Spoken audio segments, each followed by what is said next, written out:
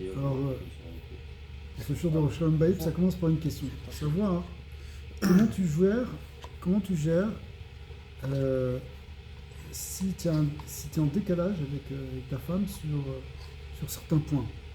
Par exemple, faire deux approches très très différentes du même sujet. Par exemple, le rapport à l'argent, pour donner un exemple, il peut être très différent. Tu peux avoir un mari qui n'a pas peur, qui est très généreux, qui peut dépenser beaucoup pour des mitzvot, par exemple. A priori, c'est pas mal de dépenser pour des mitzvot, c'est pas mal de dépenser dans la tzedaka. Et une femme qui est beaucoup plus, on va dire, dans la peur de manquer, ou un besoin de sécurité avec un coussin de sécurité au niveau financier, et qui demande d'être beaucoup plus préventif et prudent dans les dépenses. Et voilà que le mari, il a fait des dépenses, il a donné le cas en grand, il a fait des choses extraordinaires et que la femme elle craque. Alors, est-ce que la question, c'est savoir, peut-être que tu devrais réduire, la personne devrait réduire sa manière de donner, ou bien il y a des fois où elle ne devrait pas réduire, mais il faut arriver à gérer la crise. C'est-à-dire que bon, peut-être elle ne va pas être contente, peut-être elle va être frustrée, peut-être elle va être angoissée, et peut-être on va falloir gérer ça. Comment gérer ça? Comment essayer de la calmer? Comment essayer de la rassurer? Comment essayer de entre autres, par exemple, faire attention de ne pas rentrer dans une dispute. C'est-à-dire que si tu vois que ta femme se met à crier pour ça, il faut que tu te dises, ok, c'est parce qu'elle est dans la peur maintenant. Cette peur-là, elle vient peut-être de son enfance, elle vient peut-être de son éducation. Un trauma, peu importe. Elle a grandi dans ça et ça crée une insécurité. Alors, on sait que les femmes, elles ont besoin de sécurité.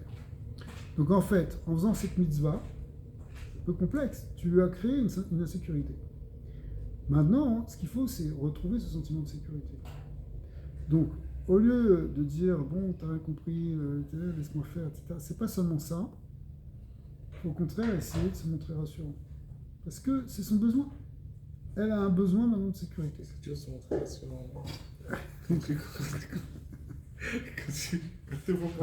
Si toi, tu es dans une forme de sécurité, ce qu'en hébreu on va appeler du bitachon, il va falloir que tu transmettes ce bitachon.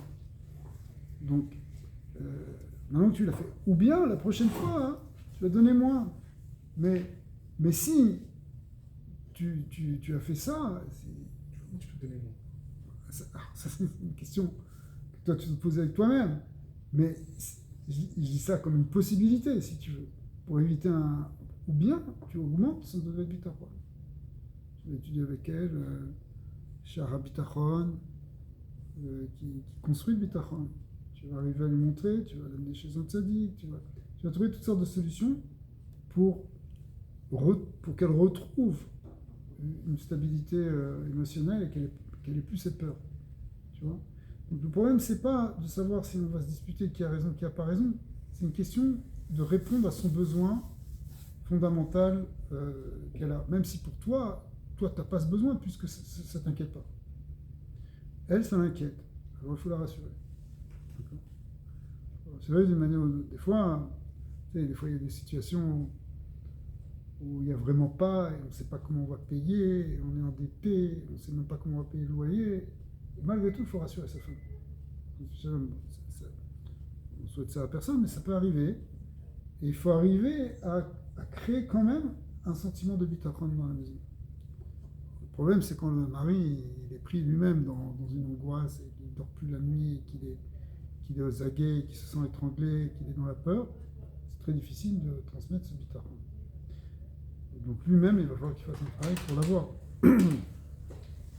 Parce que ça ne veut pas dire que ça veut pas dire qu'on plane et qu'on fait rien. Mais ça veut dire qu'on trouve un sentiment de paix en soi. Donc, en fait, le Shalom Bayit, il va passer par le fait de recréer ou de créer ce sentiment de confiance dans la maison. Alors, au moment de la crise elle-même, des fois, c'est pas possible.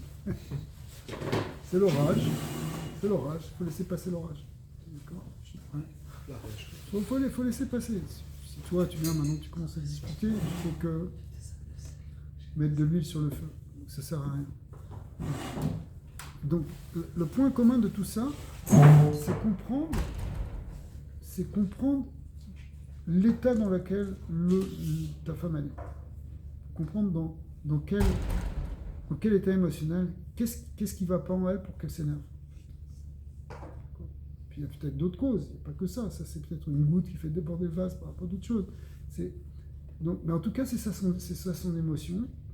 Et même si toi, dans ta tête, tu te dis mais c'est ridicule d'avoir peur comme ça, elle ne peut pas comprendre, elle n'a pas vu déjà en plusieurs années, elle devrait avoir confiance. Non, c'est son état à elle, et toi, tu dois gérer avec ça.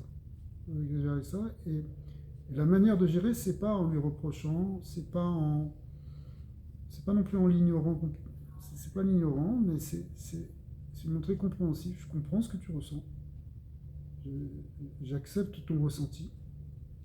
Je te fais part de mon ressenti à moi et je te pousse dans la confiance. Bon, alors il faut trouver peut-être après des exemples, des choses. C'est dur quand une personne, c'est normal, parce que chacun l'éducation qu'il a eue, ou peu importe, ça peut être une éducation, ça peut être une inspiration d'une personne que tu respectes beaucoup, ça peut être... Et quand une personne est vraiment convaincue que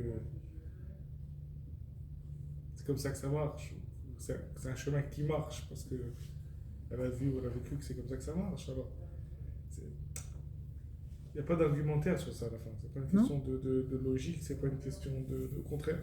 C'est une question d'insuffler. En tout cas, ça veut dire, parce que ça peut être des exemples contraires.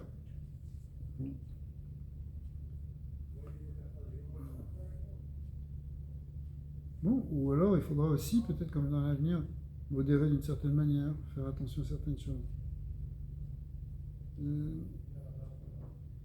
On a aussi des budgets qui sont de toute manière, on a certains budgets dans tout. Bon, même si on vit à crédit, il y a quand même des limites. Donc de toute manière, on ne peut pas faire non plus n'importe quoi, absolument, de manière absolue.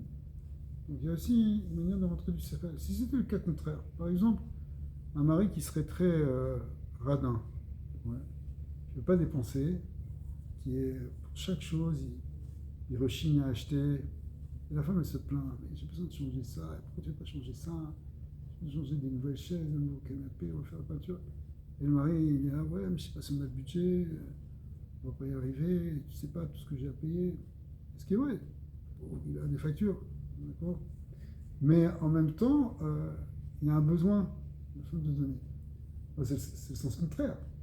Ben là, on va le pousser, on va dire, regarde, confiance, il y a beaucoup de razas qui te disent non, dépense pour ta femme, on a vu, même, bien sûr, achète-lui des bijoux, mais dans la mesure de tes moyens, mais dans une certaine mesure de tes moyens, évidemment, il y a aussi dans ça certains derrière, certains comprend.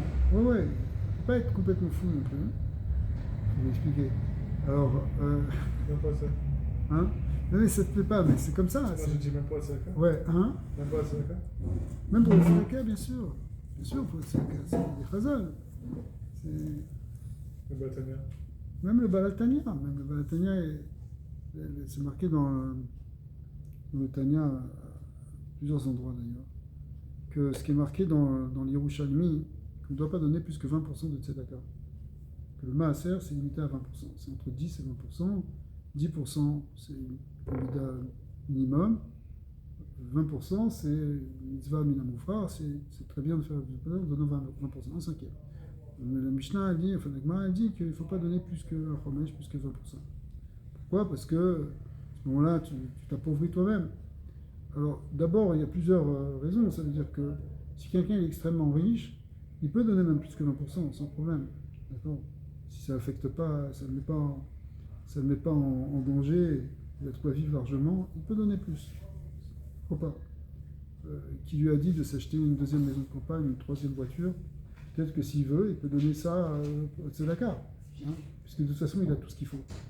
La question, c'est quand tu risques de te mettre en danger toi-même, que après c'est toi qui vas aller demander, c'est pas bon. On te demande quand même d'avoir une certaine gestion de ton argent. Bah, Tania, il dit, malgré tout, ça peut arriver qu'il puisse donner beaucoup plus. Pourquoi? Parce que de toute façon, c'est ça qui va faire la capara de sa neshama. Hein. Si quelqu'un fait du shalom pour sauver son corps parce qu'il est très malade, il doit payer une opération où il n'y a pas de remboursement d'aucune assurance et que ça coûte le prix de sa maison, il est capable de vendre sa maison. Moi, j'offre un remboursement. Hein? Moi, j'offre Tu offres avec quoi? Donc on ira te voir toi, on va arranger le problème. Mais ça veut dire,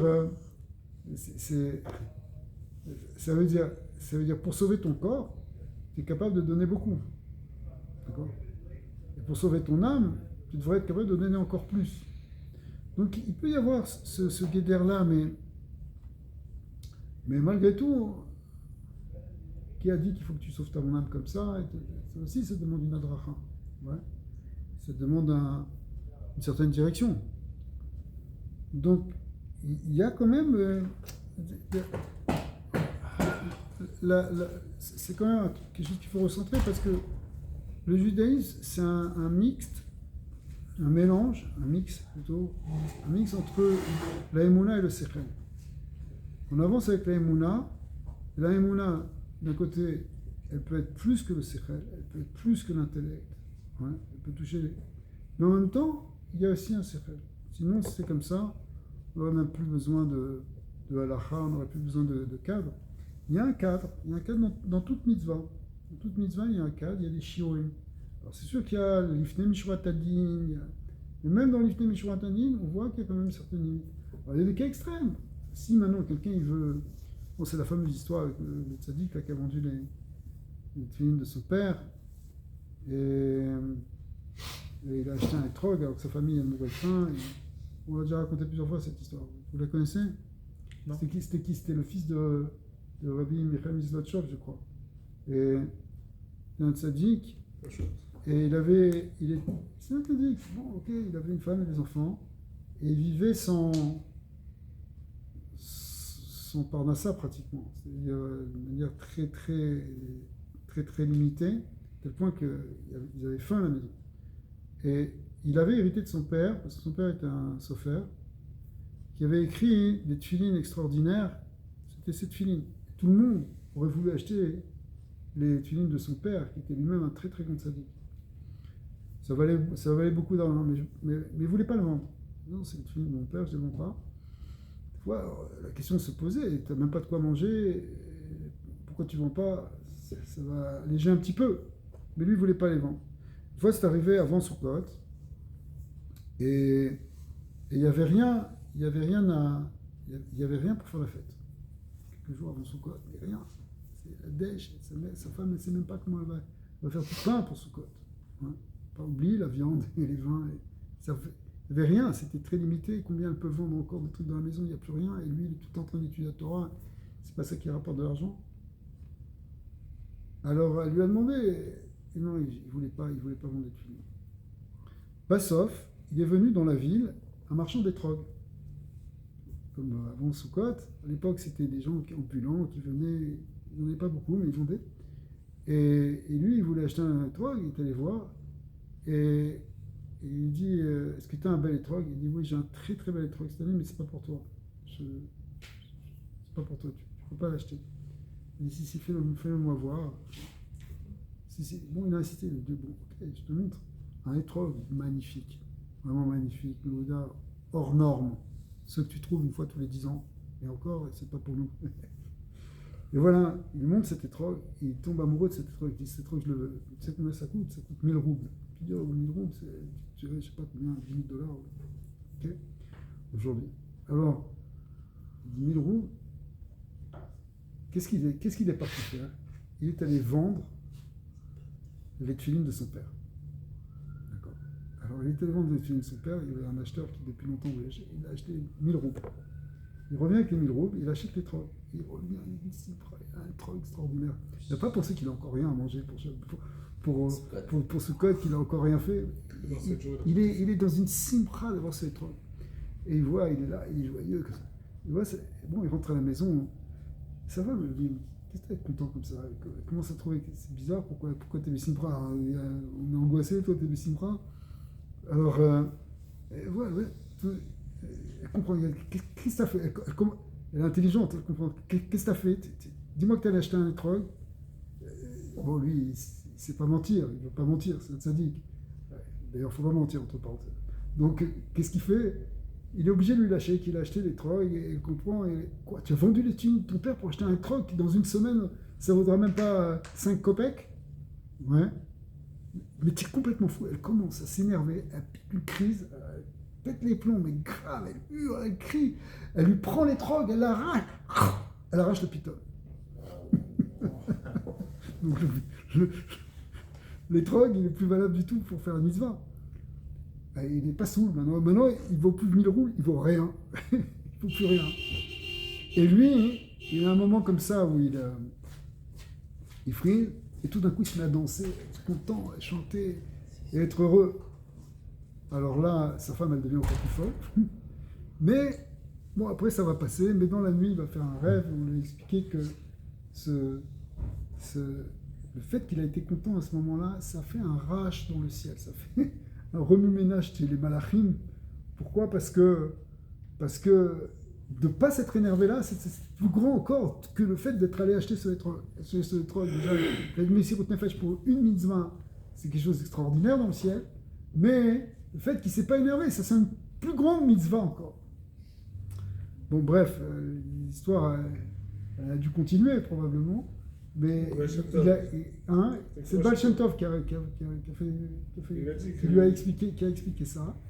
Et du coup, je crois qu'il a une grande bracha, il a reçu une bracha. Après, sa situation elle a changé. Dans le Baal Shem Tov, il a dit à ton niveau, c'est comme si tu as fait la Kedat Israël. Il a dit voilà, pour ton niveau, c'est comme si tu as fait la Kedat Israël. Parce qu'il a retourné totalement. Il y avait de quoi lui aussi s'énerver contre sa femme. Normalement, tu es en train de me casser mon truc là. Après tout, c'était les films de mon père, je fais ce que je veux. Il aurait pu avoir toutes sortes de sentiments d'ego qui soient montés. Comment tu peux te permettre? Et qu'est-ce que tu as fait? Tu as gâché un objet de mitzvah. Il aurait pu lui reprocher 10 000 reproches. Il n'a pas fait ça. Il a dit ça vient d'Hachem et il s'est mis à danser. Ouais. C'est beau, mais des fois, c'est vrai que. C'est beau. On n'est pas à ce niveau. Je Non, sais. c'est ça. Mais si tu rigoles en pleine face de ta femme, mais pendant qu'elle est en train de faire la crise, elle va s'énerver encore plus. Alors, oui et non. J'essaie. Oui et non. Je ne la prends pas au sérieux, elle s'énerve. Oui et non. Oui et non. Parce que ça dépend comment tu fais. Si évidemment ton rire, c'est un rire d'une sorte de moquerie, où tu es là pour méprisant vis-à-vis d'elle, genre, ça c'est pas bon, ça la blesse. Mais si tu montres que finalement tu es Bessimtra parce que tu comprends que tout est Bina Shamayim comme dans cette histoire, tu peux être mashpia, transmettre quelque chose de l'émoula. Sur le coup, elle va peut-être pas le prendre, mais ça va avoir un impact. En tout cas, ça aura un meilleur impact à 100% que si toi tu t'énerves, tu commences à répondre. Tu commences à trouver des arguments, même soi-disant intellectuels. D'accord ? Donc c'est pour ça que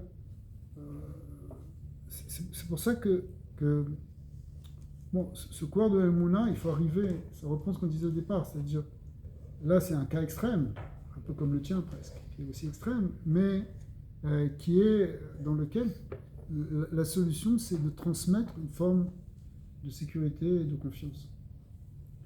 Voilà. Mais alors, dans le cas contraire que j'ai cité, où c'est le mari qui est un petit peu radin, qui est dans la peur de manquer, qui est dans la peur de dépenser, d'accord, ça arrive. Lui, il va falloir qu'il travaille aussi sur sa émoula. Et la femme va lui faire travailler là-dessus. Elle va dire, ouais, mais parce que souvent, je ne sais pas si on en avait parlé quand on avait parlé de l'argent, mais une femme, elle regarde plus les dépenses. Normalement, elle a besoin que ça tourne dans la maison. C'est-à-dire, il y a besoin d'acheter des bottes pour les enfants et il faut qu'il y ait l'argent. Ah, mais le mari va dire, ouais, mais tu sais bien, je gagne qu'un petit salaire minimum, mais comment tu veux? Je les avais déjà achetés l'année dernière, oui, mais elle ne veut plus. Donc, ouais, on ne peut pas les agrandir? Non. D'accord.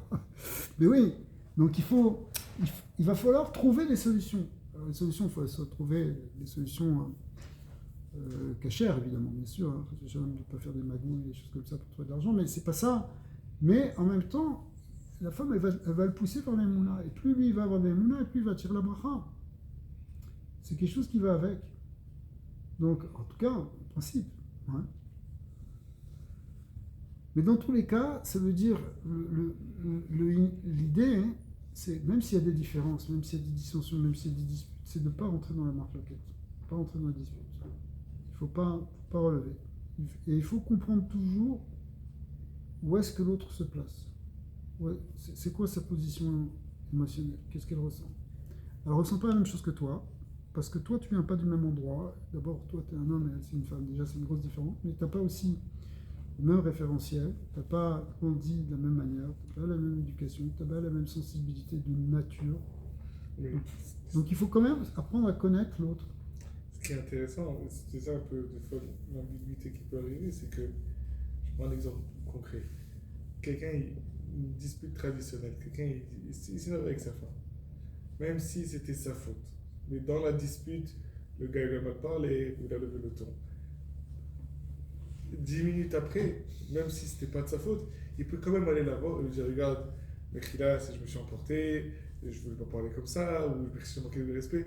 Même si au fond c'était un peu de sa faute, il peut dire Mekhila pour ce qu'il a fait de mal, et de là après tu passes à quelque chose d'autre. Mais des fois, quand c'est sur un truc où vous pensez juste pas de la même manière, ou tu n'as juste pas la même approche par rapport à certaines choses, tu vas pas dire Mekhila que tu penses pas comme ça, parce que le point c'est que de pas. Oui, mais dans un cas. C'est que le gars on arrange quelque chose sans la dispute. C'est tout. C'est ça ce que je veux dire, c'est que c'est Mais pas une question écoute, de dispute. même quand tu fais une mitzvah, par exemple, tu fais une grande sédaga, que ça fait peur à ta femme, parce que c'est ça le cas. Normalement, il aurait fallu la prévenir avant. Ça veut dire, alors justement, peut-être qu'il n'aurait pas fallu le faire si elle ne veut pas. Ça veut dire, il faut qu'on arrive à faire des choses ensemble. Alors, on voit qu'il y a des histoires de tzadikim où ça ne s'est pas passé comme ça. Et en même temps, voilà, il y a une grande... Mais en même temps, il y a des... Dans tout ça, il y a des limites.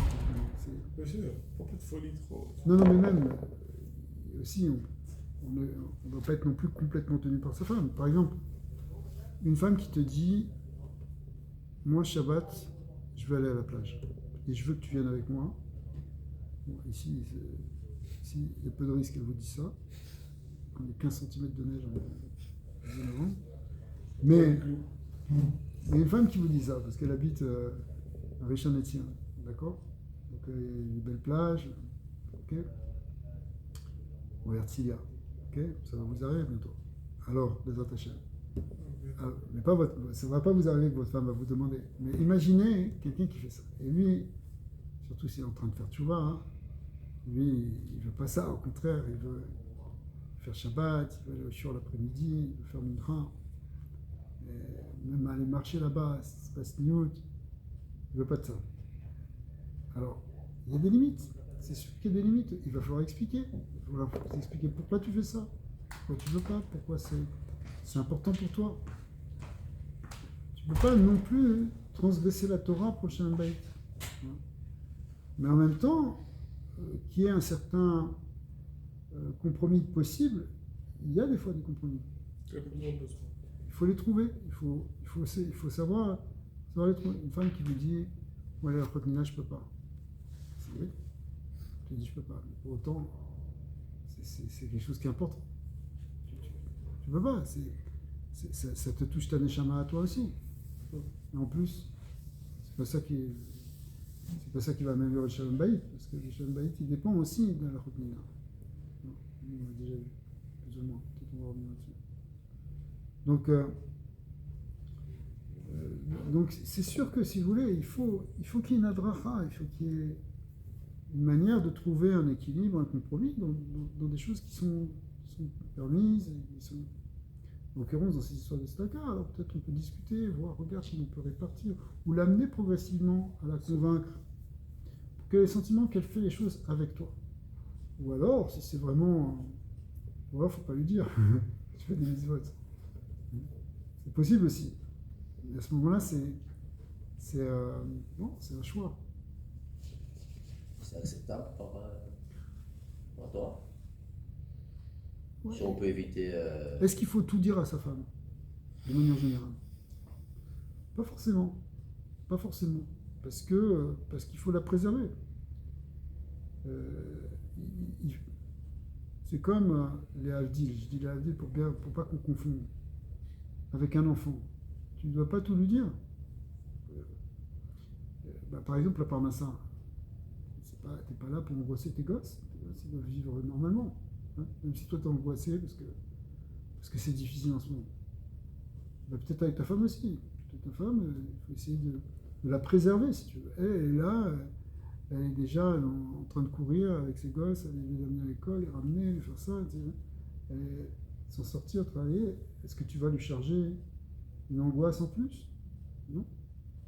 Tu n'es pas obligé de tout lui dire. Tu n'es pas obligé de lui dire que la banque, elle t'a appelé pour la 3e fois. Mais d'un autre côté, il ne faut pas non plus que tu négliges et que tout d'un coup, tu te retrouves avec des huissiers qui arrivent à sa porte. D'accord? Ça arrive, hein. Malheureusement, c'est arrivé plusieurs fois, quoi. Donc, pourquoi? Parce que le mari, il a fait l'autruche aussi. Donc, s'il y a il faut aussi les aborder, il faut aussi les exprimer, nos problèmes. Mais, tout en mesurant comment tu peux faire pour protéger les gens, pour les préserver. C'est pas préserver bêtement, mais ouais. Il y a des histoires, même pendant la guerre, les parents, ils n'exprimaient pas leurs angoisses de leurs enfants, ils leur disaient non, ça va aller. Ouais, bah oui, pourquoi ton enfant il va subir cette angoisse? En ce moment, il y a l'antisémitisme. Est-ce qu'un gosse de 10 ans ou de 7-8 ans, tu vas lui commencer à inculquer une peur en lui? Forcément. Tu n'es pas obligé de mettre des peurs, il faut savoir approcher les choses. Ouais, de manière constructive, pas de manière où tu transmets tes peurs. Avec ta femme, c'est la même chose. Si tu as peur de quelque chose, si tu es angoissé, tu n'es pas obligé de lui transmettre, ça ne va pas aider. Parce qu'elle va peut-être le vivre pire que toi. Si elle vit pire que toi, alors là, ça va être conflictuel. Ça va être une vraie source de problème. Donc tout ça, c'est demande, de manière générale, de comprendre la psychologie de l'homme, de la femme. La première chose, pour comprendre cette psychologie, puisqu'on parle de ça, c'est de savoir que l'homme et la femme sont fondamentalement différents. On est créé, il y en a un, c'est du masculin, c'est du féminin, c'est deux choses différentes. Elle ne pense pas comme toi, elle n'a pas les mêmes besoins que toi, elle n'est pas construite de la même manière. Les besoins d'une femme ne sont pas les besoins psychologiques, les besoins émotionnels ne sont pas les mêmes que ceux de l'homme. Ça, déjà, il faut le savoir. Après, il faut essayer de découvrir c'est quoi son vrai besoin, qu'est-ce qu'elle a besoin. Alors, on l'a dit, il y a des besoins généraux qu'on voit chez les femmes, des besoins de sécurité, d'affection, d'attention, de kavod. Elle a besoin de ça, une femme, de manière générale. Mais après, il faut que tu te demandes quels sont ses besoins. Mais déjà, elle n'a pas les mêmes besoins que toi. Toi, tu as des besoins de reconnaissance, de réalisation, un certain nombre de besoins qui sont des besoins d'homme, hein, qu'elle, elle n'a pas forcément. Donc, ne t'identifie pas à elle, ou ne l'identifie pas à toi. Ne pense pas qu'elle va fonctionner comme toi. Nous, en tant qu'homme, on est plus dans le sérel, dans la structure, par quelques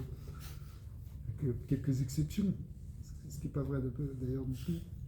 Mais on est des gens qui réfléchissent. Une femme, elle va fonctionner plus sur le côté sensible, la sensitivité, l'émotion. Elle veut qu'il y ait de la chaleur dans la maison. Ouais, c'est ça qu'elle veut. Que ce soit agréable, c'est son foyer, il faut que ce soit doux. Un homme, lui, il faut que ça fonctionne. Il rentre, il faut que le repas il soit prêt, il faut que ce soit rangé, il faut qu'elle ait fait les tâches qu'elle devait faire, il faut que ça roule. Parce que lui, il est dans la structure. Mais la femme, même si elle va ranger, c'est pour créer une ambiance. C'est pour se sentir dans un petit cocon, le cocon familial. C'est ça qu'elle a besoin.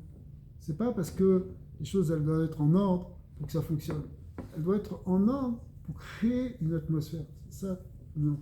Pourquoi elle veut que la maison soit refaite? C'est parce qu'elle veut se sentir dans un endroit accueillant, chaleureux. C'est un besoin de manière générale, c'est un besoin féminin par rapport à un besoin masculin. Donc il faut les comprendre. Elle ne fonctionne pas de la même manière que toi, elle n'a pas les mêmes besoins, les mêmes objectifs. Alors là, c'est un avantage en fait. Pourquoi? Parce qu'au lieu de voir comme deux choses opposées, il faut le voir comme quelque chose de complémentaire. C'est-à-dire que ce côté sacré, ce côté masculin que tu vas amener, ce côté de structure, c'est utile, mais pas pour l'écraser, pas pour l'enfermer, non, non. Mais pour donner cette dimension-là dans le couple. Et elle, le côté émotionnel et plus féminin, affectif, maternel, elle, c'est elle qui va donner cet équilibre. On ne peut pas être... Sinon, si on est juste un homme, alors c'est que du masculin. Elle, c'est que du féminin. Mais le but, c'est d'unifier ces deux forces, d'unifier ces deux choses. Ouais. Mais pour ça, il ne faut pas le voir comme un opposé qu'il va falloir corriger. Elle est trop émotionnelle, elle est trop sensible, elle a besoin d'apprendre la rigueur. Non, c'est pas comme ça que ça va. Elle, c'est son besoin. Elle, c'est son besoin. Toi, tu dois remplir ton besoin. Et ce que tu dois amener, c'est une force qui va rééquilibrer le bateau. C'est pas détruire sa force, c'est pas changer sa force, c'est rééquilibrer avec la tienne. Alors toi, tu vas mettre un petit peu plus, pas pour l'éduquer, parce que tu vas structurer, et des fois, tu vas être obligé de faire les choses. Et après, elle va les faire par elle-même. D'accord ? Donc, il faut voir comme plus comme une union des deux choses, une espèce de coopération entre les forces de l'homme et de la femme. Maintenant, ça c'est aussi un point qu'on a vu, mais c'est obligé qu'on revienne sur certains points. Même si la femme, c'est important pour elle, l'ambiance et l'atmosphère, elle veut faire ça dans sa maison, celui qui est responsable et celui qui va amener l'atmosphère, c'est l'homme. C'est-à-dire, si c'est une maison de shalom, de paix, agréable, de joie, c'est parce que l'homme, il est venu avec cette énergie-là dans la maison. Si l'homme vient avec de l'angoisse, avec de la peur, avec de la critique, avec de l'énervement, avec la frustration, ben c'est ça l'ambiance qu'il va y avoir dans la maison. Alors vous allez me dire, mais la femme aussi, elle met une certaine ambiance. Oui, la femme, elle met une certaine ambiance, mais c'est à l'homme d'amener l'ambiance. C'est à lui. Exemple. Tu as une femme qui, et Rabbi Nachman explique ça, qui dit que dans la nature des femmes, il y a une notion, il y a par nature une certaine tristesse. C'est le féminin. Chez les femmes ? Oui, chez les femmes, chez le féminin de manière générale, il y a quelque chose qui plombe vers le bas, vers la tristesse, et qui est sujet à quelque chose qui est sujet à la dépression, dans le féminin, de nature. Les femmes, alors vous allez dire, il y a des hommes qui sont dépressifs, il y a des femmes qui sont dépressives. Attends, excuse-moi, vous dites, c'est pas dans la nature de la femme d'être dépressive. Si, c'est dans la nature de la femme, okay. Dans la nature du féminin, il y a une certaine atzvut. La fonction de l'homme, c'est de sortir la femme de cette tristesse pour l'amener dans la joie. Ça, c'est une des grandes missions qui nous est donnée en nous mariant. Sur la première année, c'est marqué les Simar et Tishto, il va réjouir sa femme, mais en fait, c'est pour ça que Shana Rishona, c'est un moment de joie, etc., où il faut s'occuper de sa femme, mais s'occuper de sa femme en la rendant joyeuse, parce que on doit la sortir d'une certaine tristesse pour la rendre joyeuse. Vous allez me dire, mais il y a des hommes, c'est eux les déprimés, les femmes, elles sont beaucoup plus joyeuses. Oui, mais il faut savoir que quand un homme est déprimé, c'est son côté féminin qui déprime. C'est quoi ? Son côté féminin. C'est qu'on a un côté masculin, un côté féminin. Ouais. Sinon, on ne pourrait pas se marier. Parce que si on n'avait pas un côté féminin, on ne pourrait pas connecter avec le féminin de notre femme. Et si elle n'avait pas un certain côté masculin, on ne pourrait pas connecter. Ouais. Alors, ça demande à être développé, cette idée. Mais en tout cas, dans notre neshama, il y a un côté masculin et un côté féminin. Le côté masculin, en principe, l'emporte. Quand c'est le contraire, c'est un problème. Mais le côté masculin l'emporte, mais on a aussi un petit côté féminin. On a aussi une certaine sensibilité, on a aussi une certaine féminité. Mais ce qui doit être dominé dans l'homme, c'est plutôt le côté masculin viril. Ouais. Mais s'il n'y avait pas un côté féminin pour équilibrer, il ne pourrait pas connecter. D'accord ? Alors, de manière globale, le féminin est soumis et susceptible de tomber dans une forme de tristesse. Donc, si dans l'ambiance de ta maison, il y a de la tristesse, parce que ta femme est angoissée, elle est dépressive, c'est ta responsabilité de la sortir de ça. C'est à toi d'amener la joie, c'est à toi. Des fois, je ne parle pas quand la personne est vraiment tombée dans une dépression grave et maladive et qu'il faut commencer les galères des médecins, des médicaments, etc. peut arriver. C'est pas très bien soigné la dépression en fait. Mais il y a aussi une chimie du cerveau, il y a tout ça. Ça peut être grave, ça peut être des choses graves. Mais de manière générale, ta femme elle commence à déprimer, elle fait plus rien, ça va pas comme elle veut, c'est l'hiver, c'est l'angoisse. À toi que quand tu viens à la maison, tu amènes de la simpra. Ah, mais moi je n'ai pas de simpra parce que je me suis fait frapper dessus par mon patron au bureau, il m'a insulté, c'est pas grave. Ça, laisse-le au bureau. Maintenant, tu arrives, tu dois amener de la joie. S'il faut mettre de la musique, tu mets de la musique. S'il faut raconter une blague. C'est à toi de mettre l'énergie de la simpra. Ouais. En fait, écoutez bien, il faut amener cette énergie de simpra avant qu'il y ait des problèmes. Parce qu'encore une fois, la nature de la femme, c'est, dans le passage, ça s'appelle Veraglea Yordot Mavet, ses pieds, c'est-à-dire le côté inférieur, Yordot Mavet, elles peuvent descendre ses pieds vers la mort. C'est-à-dire, la mort, la tristesse, c'est la mort, il explique le Baal Shem Tov. C'est la même touma, c'est la même angoisse. D'accord ? Donc, comme ces pieds, ils sont là, ils peuvent se faire attraper. Donc, il faut être tout le temps en train de mettre une bonne ambiance. Hein, et c'est pas évident, non ? Parce que vous savez, avec les années, comme on avait vu plusieurs fois, la simpra naturelle de l'enfance, elle a tendance à diminuer. Donc, il faut réactiver de la simpra, il faut réactiver tout le temps. Et le mari, il doit amener ça. Hein. C'est une des raisons pour laquelle la Torah a demandé de faire particulièrement attention à la veuve et aussi aux orphelins, c'est parce que justement ils ont une nature à tomber facilement dans la tristesse. Donc la moindre chose peut les blesser et les faire déprimer. Et ça on veut éviter parce que c'est une forme de mort spirituelle. On sait que c'est le corps d'Amalek, même si c'est ça qu'il veut. Je dirais, moi, c'est mon feeling personnel, on dirait que de toutes les fois dans l'année où on se ressource, je parle des hommes, que ce soit pendant les Chagim, que ce soit quand on va à une Iloula d'un Tzadik, ici au Maroc, à New York, peu importe. À part la voie que tu fais sur toi, mais tu sens que le principal c'est tu reviens avec ce principal, tu reviens à la maison. Exact. Et tu tiens jusqu'au prochain Chag ou jusqu'à la prochaine Iloula. Si tu vas au Man, tu vas chez le rabbi, tu es dans un high, mais quand tu reviens, tu es déprimé parce que tu es revenu, tu n'as rien gagné. Parce qu'en fait, la Emouna, la joie, tu vois, c'est où que tu es, comme tu dis, dans n'importe quel simpra, mais même, mais je vais te dire, même un shiur de Torah, ça te met de la simpra. Même une tefila, même un Shabbat, il faut que tu ramènes ça dans la maison. Ouais. Toi, tu as kiffé, tu as fait un Farbrengan, tu es là, tu as fait un bon kidouche avec les amis, tu es simpra, ouais, tu as en plus une compréhension de quelque chose qui t'a amené de la vie, il faut la partager. Alors, il faut savoir comment la partager. Des fois, la personne n'est pas réceptive, des fois, c'est pas le moment. Des fois. Mais l'ambiance, tu dois avoir clair que c'est toi le responsable de l'ambiance de la maison. C'est toi. C'est toi qui l'as mis. Ah, mais c'est ma femme, elle est angoissée, elle est tout le temps en train de se plaindre, en plus, elle a des problèmes de santé. Oui, mais c'est toi qui dois amener l'ambiance. Ça, il faut que tu le prennes comme un des devoirs de père, un des devoirs de mari, un devoir conjugal d'amener de la simcha dans le foyer. C'est comme ça qu'ils disent les Chachamim. Alors, ça va pas simplement dans ça, mais c'est évidemment pour le shalom aussi. Pour le shalom, c'est toi qui es responsable du shalom bayit. C'est toi. Tu dois le voir comme ça.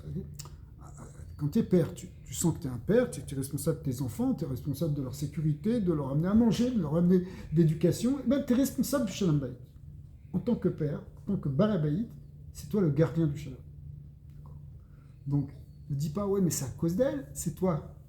Alors après, gère ce qu'elle est en train de te dire, gère les problèmes, mais c'est à toi de trouver la solution. Comme quand il y a un problème de pendant ça. Tu ne vas pas demander à ta femme de régler ton problème, c'est à toi de le régler.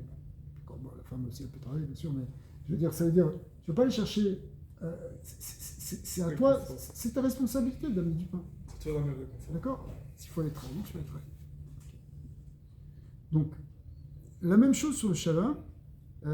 Alors, ça ne va pas s'imposer, évidemment, par une forme de sévérité, de rigueur. Dire non, tout le monde se tait, c'est le shalom ici, je veux la paix. Ça ne marche pas. C'est pas, quand tu es responsable de ça, ça ne veut pas dire que tu dois l'imposer.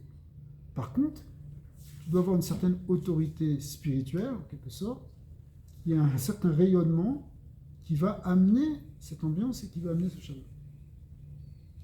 Donc il faut essayer de trouver en soi cette énergie d'équilibre et de paix. Et ça demande énormément de travail sur soi. Ça demande beaucoup de travail sur soi parce que nous-mêmes, on n'est pas béchalom, nous-mêmes, on est énervé, nous-mêmes, on est angoissé. Comment tu veux amener ça dans la maison? Au contraire, tu amènes le contraire. Mais pourtant, il faut qu'on travaille sur ça. Si on comprend, là, on est en train de toucher quelque chose de très important parce que souvent on pense, bon, la Torah, il faut être yotzé, il faut faire une mitzvot, il faut vite aller au binyan. Très très bien, la base. Mais le but de la Torah, c'est que tu arrives à grandir suffisamment pour amener cette atmosphère-là dans la maison. C'est ça le but. Dans la maison, et après, pas seulement dans la maison, mais autour de toi, dans ta communauté. D'accord? C'est-à-dire ta communauté, c'est-à-dire les gens qui sont autour de toi, que tu fréquentes. Ça peut être des juifs, des non-juifs. Tu dois amener cette ambiance autour de toi. Mais en priorité à la maison. Parce que des fois, on arrive à bien faire à l'extérieur, parce qu'on est respecté, parce qu'on est aimé, parce que c'est facile, parce qu'on n'a pas d'engagement véritable avec les gens. Mais avec sa femme, on arrive, on commence à tirer la tronche, on s'énerve, on râle, parce qu'on attend de recevoir quelque chose à la maison. On attend que c'est nous qui allons nous ressourcer à la maison, c'est nous qui allons recevoir. Ce qui n'est pas faux, parce qu'on se ressource dans une maison. Mais c'est pas ça qu'on doit attendre. Parce qu'on doit venir quand tu rentres le soir à la maison, qu'est-ce que tu vas te donner? Qu'est-ce que tu vas amener comme ambiance? Quelle remarque tu vas faire? Quelle parole tu vas jeter? Est-ce que c'est une bonne parole? Des fois, c'est des petites choses. Hein. Tu fais une petite remarque à ta femme, tu l'as cassée. Tu l'as cassée. Elle a couru toute la journée des enfants, elle s'est cassée la tête en plus pour essayer de te faire un repas. C'est pas chaud. Tu l'as brisé. Ok. En revanche, tu fais un petit compliment, tu le vois, c'est beau comment tu as coiffé ta perruque, tu n'as pas de perruque, tes cheveux, d'accord? Des choses que le mari, il n'est peut-être pas dans ça. Lui, il n'est pas dans ça, en fait, il est dans une seule chose, c'est d'aller manger, quoi. D'accord? Il a faim. Mais il parle gentiment, et comment a été ta journée, c'est extraordinaire ce que tu fais. C'est comme ça que tu crées une ambiance. D'accord? Tu fais le contraire, tu crées une autre ambiance. Comment tu rentres, comment tu parles, quelle énergie tu dégages. Il faut qu'on arrive. À propos de faim, il y a des gens qui ont donné le conseil de, avant que tu rentres à la maison, parce que tu rentres du boulot à 7h et que tu n'as pas mangé depuis peut-être le matin, pas de l'eau. Prends une barre de vitamines, de protéines, prends quelque chose, prends un petit snack, et rentre-tu décontracté. Ok? Bon, c'est des conseils un peu nono, un peu basiques. Mais pourquoi pas? Ça veut dire il faut comprendre comment tu vas, quelle énergie tu vas amener. Il ne faut pas que tu amènes une énergie négative. Et ça, il faut qu'on comprenne, on l'a déjà expliqué ce dernier-là, mais le point ici, c'est de comprendre qu'on en est responsable. C'est notre responsabilité, c'est notre devoir. On a un devoir de mettre cette énergie. L'énergie, j'y peux rien, c'est moi je suis énervé, mais bien sûr, je viens de taper 2 heures dans le trafic et en plus j'écoutais des nouvelles horribles. Alors c'est sûr que j'ai une mauvaise angoisse, une mauvaise énergie. Ouais, je rentre, je suis fébrile. Le concept d'énergie dans le judaïsme, c'est quelque chose qui est réel. Le mot énergie, c'est un mot moderne. Fréquence, Ouais, énergie, ce sont des mots modernes, empruntés à la physique moderne, qui ont été développés aussi dans un côté plus psychologique. Mais on comprend, oui, on comprend ce que ça veut dire. Il y a la vibration. une vibration, on comprend, oui, dans quel état tu te trouves. C'est existe dans la Torah, bien sûr. Bien sûr. C'est des choses... ça va peut-être pas s'appeler comme ça, si tu veux. On va peut-être trouver d'autres noms. Mais bien sûr, ce qu'on appelle le matzav rouhani, il y a des mots dans la psychologie de la Torah. Il y avait un rap, peut-être, je ne sais pas si c'est bon ou pas, mais c'était intéressant quand il m'avait dit ça. Rabbi Yitzhak Cohen, il m'avait dit, il y a des années de ça, on habitait à New York et tout, il m'avait dit, tu sais, lui aussi, il faisait beaucoup de kibbutz, toujours souriant, toujours bien. Quelqu'un qui avait besoin de parler, il avait parlé. Il dit là, je te donne une règle. Il dit, avec tous les kibbutz que je faisais, jamais c'était chez moi à la maison. Jamais. Je ne sais quoi. Jamais je faisais ça chez moi à la maison. Ah. Tu aurais pu penser, tu dis, attends. Au Au contraire, tu veux éduquer, montrer comment tu es. Il a dit, chez moi, Kodesh Kodashim, il n'y a pas j'amène pas une angoisse de plus chez moi à la maison, un problème de plus chez moi à la maison. Ça peut être un piège. Quelqu'un il a quelque chose, on va prendre un café, on va parler, on va faire ce qu'on va faire. Après, bon, quand chez toi, disons, tu fais un Shabbat et tu invites des gens, c'est toi qui mets le vibe. Alors les gens, ils vont dans ton vibe. Il n'y a pas dans l'autre sens. Mais pour dire que, combien de fois ils font attention, tu sais que. Ouais, protège. Ouais. Alors, Et souvent, c'est un devoir. Les- C'est un problème que j'ai pas les deux pires choses de devoir, que tu peux amener comme mauvaise ambiance, Tu veux juste te tirer avec tes qui vont détraquer complètement les deux pires choses, parce qu'une femme aussi, elle peut comprendre que tu es stressé, que tu es angoissé, etc. Mais elle peut t'aider à absorber ça aussi quand même, même si tu es responsable normalement de ne pas l'amener. Mais il y a deux choses qui sont vraiment destructives de l'ambiance. C'est d'une part la colère, parce que quand tu t'énerves, ça casse tout, ça brise. De même que des fois on peut casser des assiettes, ben on casse les kélim de la relation. La colère et l'indifférence. Quand tu es indifférent, quand tu es froid, quand tu n'es pas sensible, donc tu t'en fous, tu ne regardes pas l'autre, ça nuit, c'est très nuisible. Notre responsabilité, elle est vraiment de faire attention à ne pas s'énerver. Alors, il y a des gens qui ont un tempérament plus feu, et qui sont plus nés sur une mine explosive. Bon, mais je m'inclus aussi, n'ayez pas peur. Et puis l'indifférence, alors ça c'est l'arme la plus méchante. Tu rentres dans une forme de silence radio, de ok, fais ce que tu veux, je m'en fous. Ça, une femme, ça lui fait du mal, vous n'avez aucune idée. D'accord. Ça lui fait plus de mal que quand tu te mets en colère. Tu te mets en colère, elle n'aime pas ça, et c'est agréable, ça lui crée des peurs, elle absorbe toute ton énergie négative qui explose à ce moment-là. Mais l'indifférence, ça crée un sentiment d'insécurité, de mépris de soi-même. En fait, tout ce que la femme elle a besoin de kavod, elle a besoin de sécurité, tu enlèves tout ça. Donc tu la tues quelque part. Donc une femme aussi, des fois, dans le sens contraire, elle peut être indifférente vis-à-vis de son mari, ça lui fait beaucoup de mal. Mais il a plus de kélim pour recevoir ça que elle. Une femme que son mari est complètement indifférent à elle, si elle est encore dans une attente de lui, c'est une catastrophe. Donc il faut... Ça doit être vraiment explicite. Il faut faire attention de ne pas être indifférent. C'est-à-dire qu'il faut vraiment montrer que tu cherches à ne pas être indifférent. Oui, il faut montrer au contraire de la patiout. Il ne faut pas seulement montrer. Il faut la montrer, la voir et la montrer. Parce que tu peux avoir de l'attention pour ta femme sans la montrer. Il faut aussi lui montrer. Il faut lui montrer sincèrement. La femme, on a vu ça, je ne sais pas si on a vu. La femme, elle est malade, elle a besoin que tu lui amènes un acamol, une aspirine dans son lit. Et lui, il est en train d'étudier la Torah, et c'est important pour lui, c'est son seder. Il a juste 1 heure le soir pour étudier, et il est dans son salon, et il lui dit non, va le chercher toi-même. La femme, pour elle, c'est très destructeur, elle va se lever, et ce qu'elle va sentir, mon mari s'en fout de moi. Mais l'homme aussi peut penser à la chose de la femme. Oui. Dans la même situation. C'est exactement, absolument. C'est pour ça que ça, dans les chouurs de femmes, je vais leur dire aussi. Seulement quand il y aura des femmes. Mais ce que je te dis ici, c'est que ce sentiment d'indifférence, il est mal vécu pour un homme, quand il reçoit de l'indifférence vis-à-vis de sa femme. C'est très dur. Mais pour une femme, c'est puissance 10. Dans le sens contraire, c'est bien pire. Pourquoi ? Parce que c'est juste ce qu'il a construit à elle, ce qui lui donne de l'importance, ce qui lui donne de l'existence, c'est qu'il y a quelqu'un qui pense à elle, qui pense qu'elle est la plus importante. Elle a besoin de ça, c'est un besoin fondamental. Si une femme ne ressent pas qu'il y a quelqu'un qui est pour elle, c'est comme si elle n'est pas dans ce monde, elle n'a pas de place d'existence. Elle a besoin de ça. C'est un besoin fondamental. Les besoins fondamentaux, il faut y répondre. De même qu'on a des besoins fondamentaux. Il faut comprendre d'abord ce que c'est un besoin fondamental. De même que notre corps, il a des besoins fondamentaux. De respirer, de manger, de boire, de dormir. Si tu lui enlèves ça, il ne va pas tenir. Kepchuto, eh bien, notre neshama, notre psyché, elle a certains besoins fondamentaux qui sont différents, un peu différents les uns des autres. Mais pour les femmes, de manière générale, elle a besoin, pour exister, qu'elle soit importante aux yeux de quelqu'un. D'accord ? Alors, si tu es indifférent, tu vas enlever ça. Quelqu'un alors qui est indifférent de nature.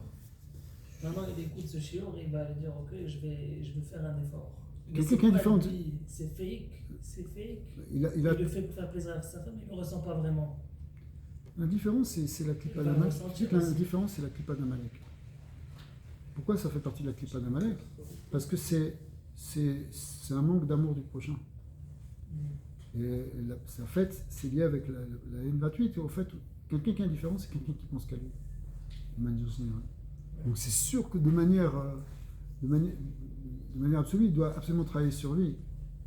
Il doit travailler sur lui et Comprendre pourquoi il est indifférent. et pourquoi il est indifférent et changer cette nature. Mais Et il s'est marié peut-être pour finalement changer cette nature. le grand piège, je pense, en tout cas moi qui me parle, moi, quand ça concerne l'indifférence, c'est la problématique de. Aujourd'hui, surtout quand on est jeune, tu es en train de te bâtir un peu toi, tu as parlé de ça, la famille, les jeunes enfants, c'est que facilement tu peux tomber dans un genre de truc où vous vivez votre vie en parallèle. Toi tu fais ça, elle fait ça, et s'il n'y a pas ce moment où on fait le point, où on montre qu'on est ensemble dans le même bateau, même si on a des rôles différents, mais c'est le même bateau, alors c'est là où ça crée une indifférence. Deux filles parallèles, ça s'appelle pas un couple. Mais c'est Mais ça. ça veut dire quoi que tu vis parallèle? Mais toi, tu peux dans des trucs, voilà, toi tu vas gagner 3 ans, tu peux t'apprendre ça, tu penses à ça, ton business, tout ça, et elle s'occupe des enfants de la maison, tout ça, mais s'il n'y a pas un moment où on réalise qu'on est dans le même bateau, c'est la même famille, on parle de ça, comment tu t'en es sorti aujourd'hui, comment ça a été aujourd'hui, alors ça fait que, voilà, moi je suis dans mes trucs, toi tu es dans tes trucs, et t'as pas ce. C'est pas évident de faire ce. Parce que des fois tu te demandes Tu tout, t'oublies. et elle s'occupe de ça, elle s'occupe de ça, mais après. Alors Béat, il faut en tant qu'homme qu'on amène cette ambiance, ce respect de manière naturelle, de manière agréable, sans que ce soit par la contrainte. Amen. Et effectivement, on reprendra cette idée-là qu'on vient de soulever, qu'on doit être quelque chose de. Ça doit être des forces qui sont complémentaires et qu'on doit mettre en commun. Natacha, mais on reviendra là-dessus. Exact. Baruch Adonai l'olam, amen ve amen. Hazak.